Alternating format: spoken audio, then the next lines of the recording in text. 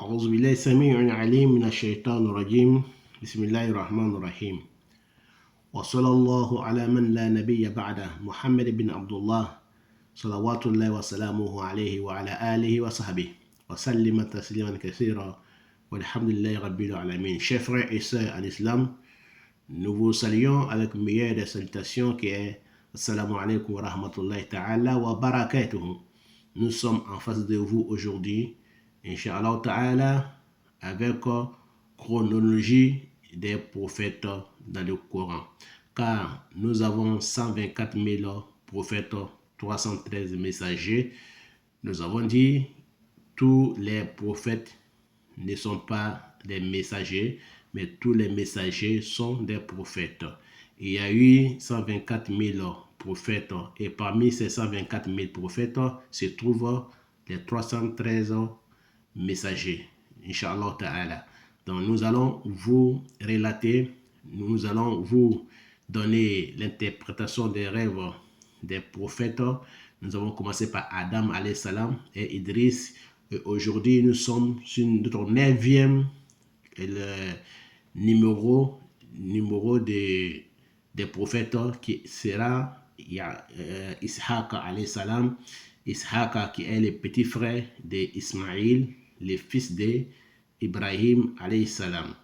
Donc, chers frères et sœurs en islam, sachez que Ishaq est l'arrière grand-père de Jésus le Nazareth.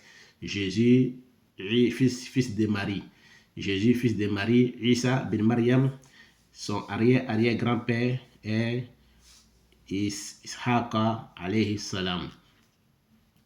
Donc, comme nous disons dans la chronologie dont nous trouvons comme ça, donc Ishaq est le grand-père de Jésus, Isa alayhi salam. Et Ismaïl, qui est le premier fils d'Ibrahim alayhi salam, donc est l'enfant de Hajara, la femme esclave d'Ibrahim, qui est Hajara, donc le premier fils d'Ibrahim, qui est Ismaïl, c'est lui qui est aussi le grand frère d'Ishaq, des mêmes pères. Ils sont des mêmes pères parce que Ibrahim est le papa.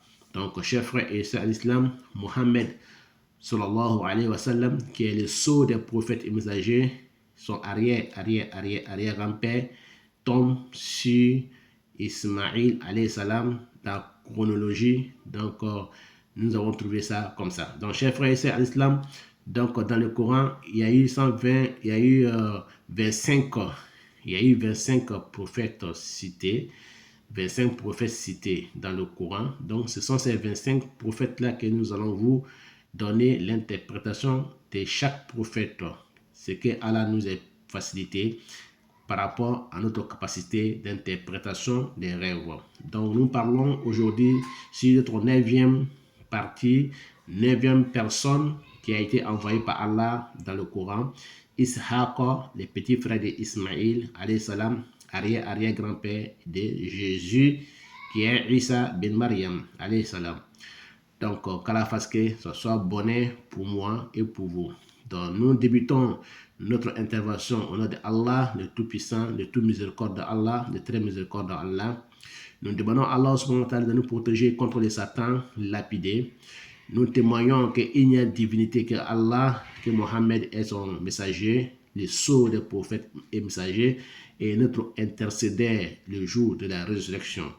Chers frères et sœurs en islam, sachez que celui qui a créé, celui qui doit être adoré, celui qui doit faire la loi, et c'est vers lui que nous allons nous retourner, c'est Allah. Donc, chers frères et sœurs en islam, celui qui voit, Inch'Allah, c'est interprétation que nous faisons sur notre chaîne qui s'appelle l'interprétation des rêves islam, sur notre chaîne sur YouTube. Vous allez voir ces interprétations que nous avons déjà fait, Inch'Allah ta'ala. Donc, nous prions Allah subhanahu wa ta'ala de nous faciliter la prière, salut, paix sur le prophète Mohammed, ainsi que sa famille et tous ceux qui vont le suivre jusqu'au jour de la résurrection. Voilà, celui qui voit Ishaq alayhi salam dans les rêves, ça parle de la joie. Ça parle de la joie. Si la personne était frustrée, Allah ta'ala va lui donner la joie. Ça parle aussi des secouristes. La personne sera secourue, il sera aidé par les gens. S'il était pauvre, il sera secouru par un riche. S'il était dans les difficultés, il sera aidé, secouru. Il va y avoir des gens qui vont l'aider, il sera secouru dans n'importe quelle chose qu'il sera dans le galère, tout ça, dans les problèmes, dans la pauvreté, il sera secouru. Il va avoir de la chance aussi. Il va avoir de la chance dans tout ce qu'il fait. Il va avoir de la chance. Dans les concours, dans les examens, tout ça, il va avoir de la chance. Il sera parmi les gagnants. Il sera parmi les chanceux. Ça peut parler aussi de la baraka d'Allah subhanahu wa ta'ala qui va descendre dans la cour, dans la maison de la personne qui a rêvé d'Ishaq alayhi salam. Donc, et la miséricorde d'Allah aussi va descendre dans la maison de la personne qui a fait ses rêves.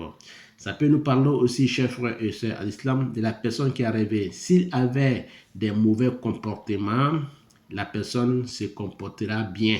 Il deviendra quelqu'un de bons comportements et il va avoir des bons éloges. Les gens vont le féliciter. Il sera quelqu'un de bonne appréciation. Ils vont lui faire une bonne appréciation après avoir été un homme de mauvais caractère, de mauvais comportements. Donc, ça peut nous parler aussi d'échelons. La personne sera un homme gradé dans son travail. Il sera un homme respecté dans son travail. Il va avoir des échelons, il va avoir des degrés, il va avoir des respects, il va avoir la chefferie dans son travail. Ça peut nous parler aussi, chers frères et sœurs à l'islam, pour celui qui fait des péchés. À chaque fois qu'il fait un péché, il demande à Allah de pardon, Allah lui pardonnera, Allah acceptera son pardon. Allah acceptera son repenti. À chaque fois qu'il fait un péché, ou bien il fait une turpitude, il demande à Allah subhanahu wa ta'ala, il sera quelqu'un de facile. Allah subhanahu wa ta'ala va lui pardonner toujours ses péchés. Il sera très proche de Allah. À chaque fois qu'il fait des péchés, il demande à Allah le pardon. Allah lui pardonnera. Allah lui accordera son pardon et Allah acceptera son repenti. Ça veut parler aussi de quelqu'un qui fait beaucoup de mal, injustice, vol, injustice, et après il regrette. Il sera quelqu'un qui va beaucoup regretter après avoir commis des trucs nuisants, des trucs qui n'est pas bien, des comportements qui n'est pas adaptés, injustice vers les gens. Donc, il sera quelqu'un qui sera un homme, à chaque fois qu'il fait quelque chose, il regrette de ce qu'il a fait. Donc, ça peut nous parler, chers frères et sœurs, à l'islam, encore de quelqu'un qui sera ferme quand il y a des difficultés. Il va confier son affaire à Allah subhanahu wa ta'ala. Quand il est éprouvé, il sobre. Il sobre veut dire quoi? Il patience. Il va avoir la patience dans les épreuves. Il va avoir la patience dans les épreuves quand Allah subhanahu wa ta'ala va l'éprouver, ou bien quand il va avoir des catastrophes dans les pays. Lui, il sera un homme de confiance, de ferme, de sérénité. Il sera un homme ferme. Il sera un homme ferme et il sera quelqu'un qui va avoir la foi. Il sera quelqu'un qui va craindre Allah subhanahu wa ta'ala au moment des difficultés, des épreuves. Et Allah va lui enlever la peur dans son cœur. Il ne sera pas quelqu'un qui va avoir la peur. Il ne sera pas quelqu'un qui sera un peureux. Peureux veut dire quelqu'un qui a peur, qui chaque fois, il est quelqu'un qui s'embrouille. Il ne sera pas quelqu'un qui s'embrouille. Il va avoir la fermeté. Il sera quelqu'un de ferme. Il sera quelqu'un qui va avoir la foi ferme. À chaque fois, quand il y a les épreuves, quand il y a les mutineries, quand il y a la grève, quand il y a les difficultés, il ne sera pas quelqu'un qui est troublé. Il sera quelqu'un ferme et quelqu'un de confiance. Ça peut nous parler aussi, chers frères et sœurs, en islam, de quelqu'un qui va avoir la sérénité venant de Allah subhanahu wa ta'ala. Et ça peut nous parler aussi de quelqu'un qui va avoir la joie. il sera quelqu'un de la joie.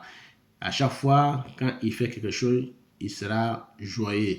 Il va avoir toujours bonne réputation. Il sera bien. Les gens vont lui donner une bonne réputation. Il sera quelqu'un qui va avoir la joie dans chaque chose qu'il fait. Il sera heureux. Il ne sera pas malheureux. Et s'il était malade, il sera quelqu'un qui va avoir la bonne santé venant de Allah subhanahu wa ta'ala.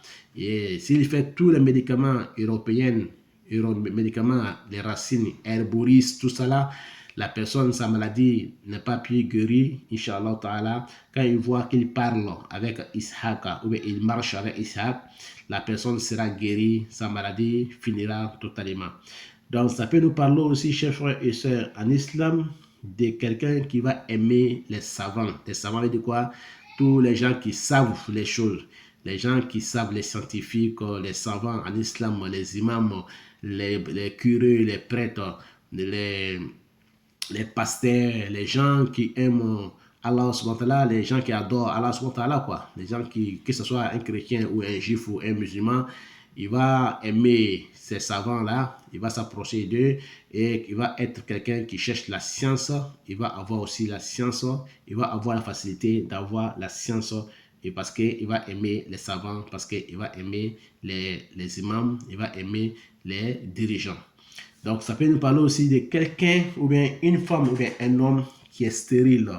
Comme je disais tout à l'heure, il dit en Djoula, comme je disais, en Afrique, souvent, nous prenons l'affaire des stérilités, on donne ça aux femmes. Quand la femme est mariée, elle a fait 1 an, 2 ans de mariage, s'il n'y a pas d'enfant, on dit la femme, elle est stérile, donc on la divorce. Alors, la plupart de ces femmes-là, quand ils se remarient, elles ont des enfants. Donc, souvent, stérilité, ça ne vient pas seulement de la femme, ça vient des deux côtés. L'homme peut être stérile, la femme peut être stérile. Donc, souvent, nous, en Afrique, ou bien dans les pays, d'autres pays, souvent, plus souvent, c'est les femmes qui portent le chapeau, alors que l'homme peut être stérile aussi. Donc, on a vu aussi souvent aussi, il y a des hommes aussi, dont les parents ont pris les filles, ils ont arraché, ils ont divorcé parce que les messieurs ont dit ça fait 4 ans, 2 ans, il ne fait pas d'enfant avec la femme, donc les messieurs, on reprend la fille. C'est un monsieur-là, cette personne-là, il va se remarier avec une autre femme et puis il va avoir des enfants. Donc voilà pourquoi j'ai dit stérilité, ça ne vient pas d'un côté, ça peut venir des deux côtés. L'homme peut être stérile, la femme peut être stérile. Quand il voit que tu es en train de manger avec Ishaq, tu es en train de discuter avec Ishaq, tu es en train de les saluer, tu l'embrasses, tout ça, ça veut dire que si tu n'as pas des enfants, si tu es stérile, Inch'Allah Ta'ala, Allah te donnera un enfant. Tu ne mourras pas tant que tu n'auras pas un enfant. Un enfant, garçon ou fille, tu auras un enfant. Et l'enfant là sera un enfant de baraka. Et ça peut parler aussi de l'élargissement de la chance de la personne. La personne sera un homme chanceux et tout ce qu'il fait dans la vie, il va avoir la chance. À tout ce qu'il met, sa main dedans, devient pour lui bonheur. Donc, il ne sera pas un homme malheureux ni un homme maudit. Il sera un homme baraka. Il va avoir élargissement de subsistance. Inch'Allah ta'ala. Donc voilà, chers frères et sœurs à l'islam, c'était l'interprétation des rêves des 9e personne dans le Coran qui a été cité, qui est Ishaq alayhi salam. Qu'Allah fasse qu'il soit bonheur pour moi et pour vous, Inch'Allah. Très prochainement, nous allons parler de Yaqub alayhi salam, qui sera notre 10e, Inch'Allah, personne, 10e prophète et messager dans le Coran qui a été cité après Ishaq. Nous allons parler de Yaqub, qui est le père de Joseph, le père de Yusuf alayhi salam et ses 11 frères. Donc, Inch'Allah Ta'ala, qu'Allah fasse que ça soit bonheur pour moi et pour vous. Donc, ce sera notre 10e, Inch'Allah, personne citée dans le Coran, 10e prophète, messager dans le Coran. Qu'Allah fasse que ça soit bonheur pour moi et pour vous. Et à la prochaine. Walilahi tawfiq. Wassalamu alaikum wa rahmatullahi ta'ala wa barakatuh. Wallahu a'lam, c'est Allah qui sait.